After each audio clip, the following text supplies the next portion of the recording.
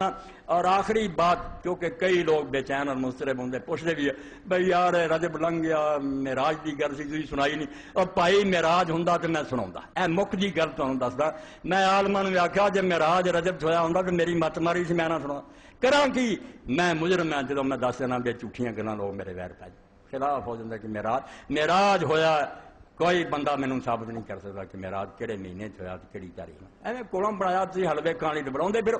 میں نہیں کر سکتا ممبر تے جہاں ثبوت ہی کوئی نہیں، کداں میں آکھاں 27 رجب نوں جدوں کہ تہاڈا مجدد میعاد تاسع جنہوں آندے کہ 90 باری بخاری جاگدے حضور کو پڑھی سیوطی اینی مدت بعد بھی آندا کہ 17 رمضان نوں ہویا،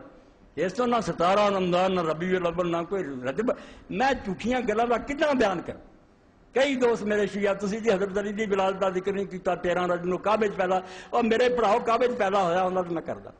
میں کی کراں؟ میں جو حق بیان کرنا کسے فرقے نوں نہیں، یہ آپ اپنی منانا چاہتے، میں نہیں کر سکتا۔ حضرت علی دا کعبے پیدا ہونا کوئی نہیں، پاویں شاہ ولی اللہ لکھے پاویں کوئی ثابت، سب ایویں بنوٹی گلاں، کعبے چکو پیدا وہ حکیم ابن حزام ہے، حضرت خدیجہ دا پتیجا، وہ دی ولادت ہوئی تے شرف کوئی نہیں، ایویں آکھے نا شان ہے بڑی، جویں کئی شیعہ آندے میں کہنا یار یہ شان ہے، چلو حضرت علی دی منی تے رسولہ نہیں پیدا ہوئے،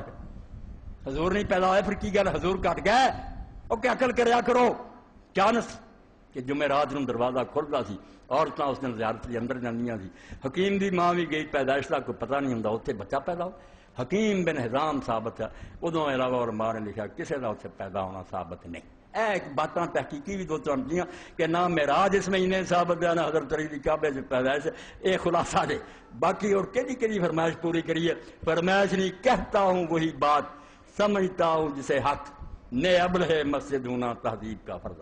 کسی نوں نہیں راضی کرنا، اللہ راضی ہونا چاہیے۔ وآخر دعوانا الحمدللہ رب العالمین وصلی اللہ تعالی علی خیر خلقہ محمد وآلہ وصحبہ۔